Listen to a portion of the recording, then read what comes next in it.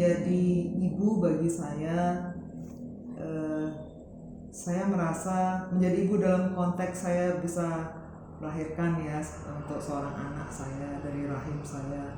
Saya merasa menjadi orang terpilih, artinya saya merasa dipercaya, diberikan kepercayaan oleh Tuhan untuk mendampingi anak ini dari kecil sampai kapanpun. Jadi ya semoga saya bisa, dan itu sebuah penghargaan besar saya sebagai manusia gitu, menjadi ibu. Oke, bagaimana upaya BOT ini dalam konteks masyarakat Bali menciptakan keseimbangan di dalam diri dan di luar diri, khususnya bagi BOT ini sebagai seniman seperti itu? Kebetulan saya memakai cara berkesenian ya untuk menyeimbangkan hidup saya gitu.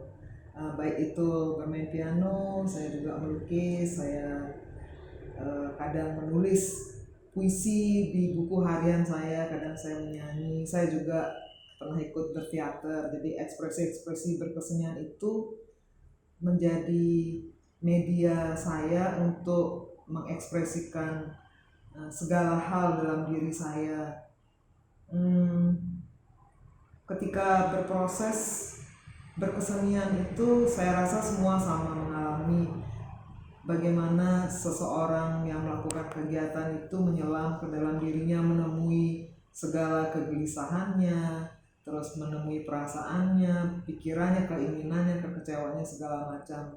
Dan ketika itu menjadi sebuah karya atau kegiatan, ya syukur-syukurnya bisa dinikmati oleh masyarakat atau bisa saya share ke masyarakat. Di sana cara saya untuk berinteraksi dengan dunia di luar diri saya, dan di situ cara saya bercerita tentang diri saya kepada dunia di luar diri saya. Kesehatan mental tidak bisa berdiri sendiri kalau kita kembali kepada definisi sehat secara umum gitu ya. Kan definisi sehat itu selain sehat fisik, sehat mental, terus sosial dan spiritual.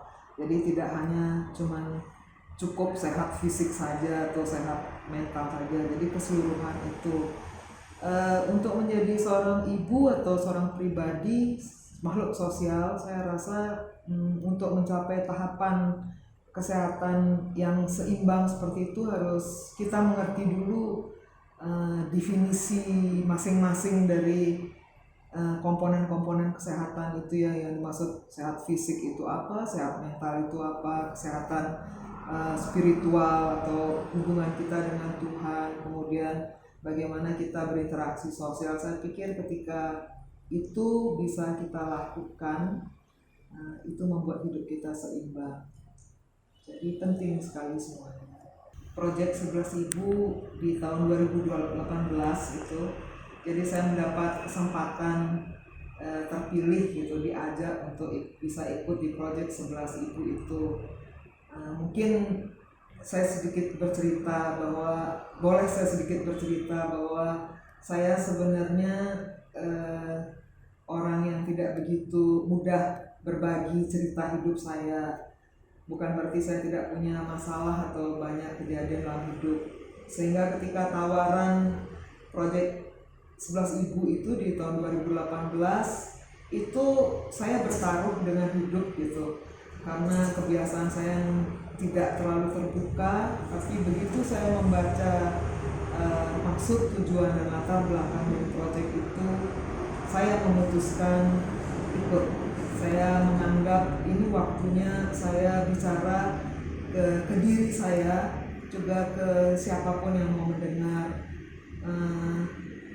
Jadi pada saat itu latar belakang saya kenapa saya mau terlibat, karena saya sebagai ibu, sebagai perempuan, sebagai orang yang mengalami hal-hal dalam hidup, saya ingin berbagi, dan saya hanya berharap semoga cerita saya, cerita kami saat itu bisa menjadi inspirasi untuk yang lain.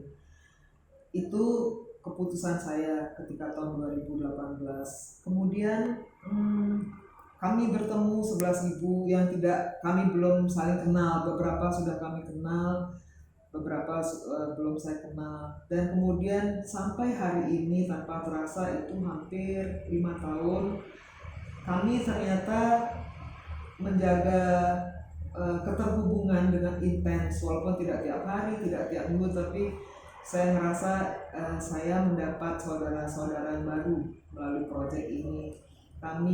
Beberapa dari kami itu melakukan pertemuan-pertemuan kecil untuk sekedar bercerita pengalaman atau apa yang kita hadapi sebagai ibu, sebagai apapun profesi kita di luar. Jadi saya merasa proyek 11 Ibu ini sangat memberi manfaat untuk saya, untuk mungkin teman-teman di 11 Ibu juga sama, dan saya berharap semoga kegiatan seperti ini gitu tidak harus masuk ke 11 Ibu gitu, tapi kegiatan seperti ini, kegiatan mendengar, berbagi, bercerita tanpa menghakimi. Kadang kalau kita bisa beri jalan keluar, kita berbagi jalan keluar. Kalau kita hanya mampu mendengar, kita mendengar. Itu bisa dilakukan oleh siapapun, teman-teman di luar sana, terutama yang sedang menghadapi cobaan hidup atau ujian hidup. Bagi saya itu manfaat yang saya rasa atau pengalaman yang saya rasa melalui proyek 11 Ibu ini. Proyek 11 Ibu seperti dari awal yang tadi saya katakan, sejak tahun 2018 saya ikut, saya sendiri memang ingin dan merasa ini proyek tidak bisa berhenti. Ini harus terus terjadi, terus dilakukan, karena sekian banyak ada orang, sekian banyak ada cerita. Jadi bagi saya proyek 11 Ibu ini tidak mungkin berhenti. Dia harus terus selama ada kisah-kisah hidup manusia.